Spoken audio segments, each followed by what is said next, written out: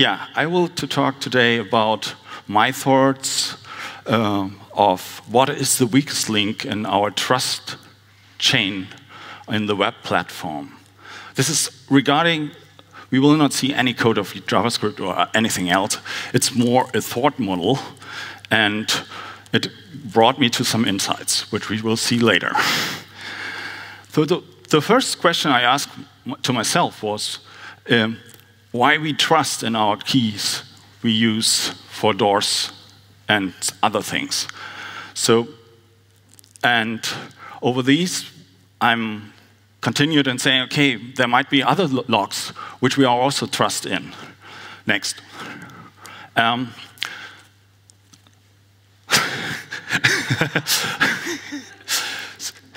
So there are quite a lot of other logs coming up. So we have these things, which is a broken, bad log in Firefox, which shows like that. Another one. Next. Ha! It's a green log in Firefox. It looks like that. Another time next. And we have a Chrome. Hopefully a Chrome. Come on. Please. What's happened? So we have a Chrome log, and we. Oh, I have to run.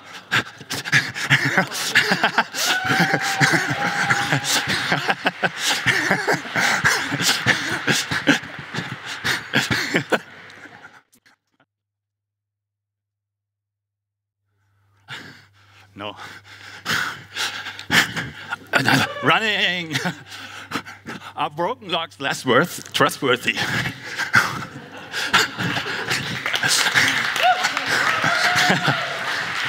Thanks. And yeah, that's one of my questions. Is this is this less trustful? It just says, okay, a connection is not secure. What does it mean? Basically, it means nothing. And there are also other people thinking about these. You can't read that. It says basically your information is traveling the internet, and it could be, and that's a very important thing, it could be that this is not very secure and safe. That just says to me, okay, there are some concerns possible. The nice thing is, or what I also discovered, the other browser vendors never mentioned such a thing. It's only in Firefox. Yeah. What's happened, that was the next question I asked to myself. What happens to your trust when you know that there are copies of your key out? Basically, it means you come home and your space is empty and nothing is broken. Of course, that could happen. If somebody else has a key, he can open it and he can steal whatever he wants, or put new stuff in. It's also possible. But generally, in that case, we have a problem with trusting in our locks and keys.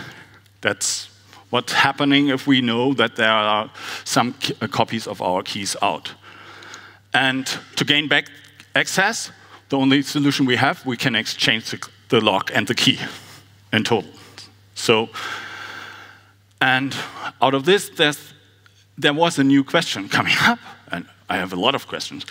Could we detect copies? Is there any way how we are able to detect that our keys are copied? And in the physical world, oops. Good. In the physical world, this is difficult. But the important thing is to know that in the physical world, no exactly same objects exist anymore. So it's not possible to replicate to 100% equal in physical world. It's too complicated. And there's a lot of things which says, okay, there are signatures like the signatures of bullets, which are fired through a specific gun. Or you could say it a little bit different. There is no perfect crime in physical world. So there's every time an evidence which says, okay, that's a copy, that is whatever makes it visible that it doesn't work out. In digital, it's a complete different story. In digital, copying of data generates 100% perfect objects, which are absolutely identical to the original object. And that causes that we are asking us the question, are physical objects, digital objects copied or not copied? Is there original? No, they are both copies. There's also some other constraints coming into place. If you try to replicate 1,000 keys, it's a hard work to do. It's pretty complex. In digital, it's basically impossible to distinguish between the original and the copied thing. So that's very important. For me, it was a very important understanding to get the knowledge that everything in digital is a perfect copy. And this is a very common scenario. Of course, I'm on the left. No, I'm this. the guy behind with the green lock, I'm very happy. And on the other side, that's a server guy, and he has his own private key. And in this scenario, in the first place, we did not see any copies. There is no copy of the private key information. There's just handing out of data. We are seeing that the transport, if we use TLS, we see that the transport integrity is still in place. And we know that there might be not a third party which can read this, can read the data which we are transferring. So it's okay. But what happens if we have a third party coming into this session? So, and you go back. What happens if a third party is coming into this session? And the nice thing in that case is, and the right one, so the server guy, hands out his key to this guy in the middle. And for us, that means everything stays green. We still see the green lock. But there's another person who is also able to modify the data we are transferring, and so on and so on. That's why I'm called it the perfect man-in-the-middle impersonation, which based on that we are having a loose of the key between two partners.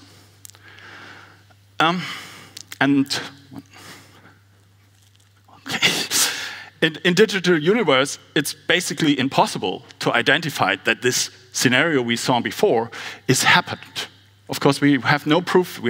There's nothing different from the outside to gain any evidence that there's a copy created of the key. And the next question is, what's about the private key? Are private key usually copied? And I asked me the question, is it possible to detect copies out of private keys from the outside? Could I find any measurement which allows me to determine if there are copies generated on the server side? And what I did is I just measured a lot, but I only measured the time how long it takes to open a TLS connection.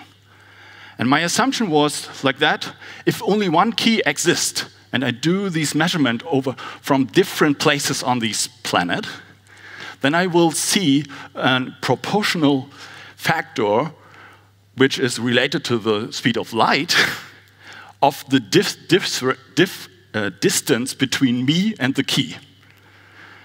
And out of this, I discovered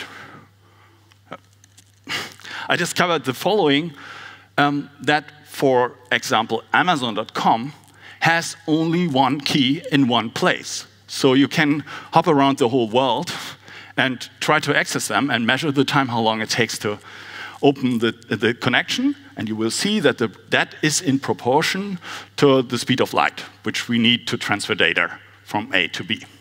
And if you look closer to the data, you will see, okay, it might be in the area of Seattle, but this is pretty common. But there are other sites, like Google.com and Facebook.com. And they look like that. So I have 4 measurement points. I measure somewhere in the US, I measure somewhere in Europe, I measure somewhere in Japan, and last but not least in Australia. And I discover that the keys must be within a perimeter of 2,000 kilometers around my measurement points. And out of this, there are no intersections. I could basically induct and say, okay, there must be 4 copies of the key at least to get this pattern working. Of course, every open TLS connection needs to make use of the private key. And to get these timings, it's only possible if you're having the key copied over to the specific location, or you will see the higher latency during the transfer to a central point where the key resists living. Yeah. And this ends up with one interesting thing. Okay, it's normal that we have copies of keys out. So it's not like my house at home where I know, okay, I have 1 key or 3 keys. And in this case, I definitely know there will be copies. And it's a very common pattern to copy the private key in the internet. It's not saying, there are other use cases where you need to copy your keys also. Out of this, I did another assumption and say, okay, and say Amazon will have 1 key, at least. It could be, oh, 1 back. Amazon.com will have 1 key at least. And Google.com, I say, okay, they will probably have 100,000 copies of their private key, spread it around their network. It's just an assumption. It would be very cool to hear the real numbers, but I say, okay, it must be bigger than 100,000. And out of this, I did some risk analysis and say, okay, if I multiply the possibility of losing 1 key with the existence of 100,000 keys, then I will get a value of around 10% risk to lose the key. If you have got 100,000 copies, then one of them might be loose. And so the risk to losing is 10% if you have got 100,000 copies. If you have got 1 million copies, the risk is even higher. It's 63%. That's a lot. So the risk is also increasing in that. And out of this, I said, okay, what can I do to gain back trust in this? So I know that Google might be lost their key. Of course, if they have got, there's a 10% chance to lose their key. And what can I do to gain back control with that? There's a lot of other problems like scaling and so on, but I could say, if I have a facility, we just call it facility, where I can put my private key but will still be able to use it for encryption and signing, then it might be better. Of course, this device stores the key, but never allows to leave the key again. So if I know that this kind of device would exist, then I could say, okay, it's not a problem. But if this device exists, I would see the Amazon timing. Of course, there might be no copies. You only have 1 key. That's what's going on there.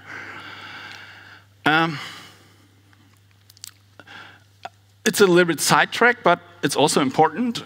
So we have these certified authorities, we have the certifications we use for TLS, and we have they broadly called public key infrastructures or PKIs, and they are built to maintain the integrity of public keys. That's the only purpose they do. They never do anything or touches the private key integrity. So that's a vacuum. There's nothing in. So nobody cares about the private keys at all. But they are the reason why we are trusting on keys. So it's pretty difficult. And I came to the conclusion and saying, okay, the weakest link of the chain of trust we have is the private key of my communication partner. That's basically, or that is the fundamental thing. So if I did not know how my partner in communication handles his private keys, I barely could trust him, which a little bit means we cannot trust anybody.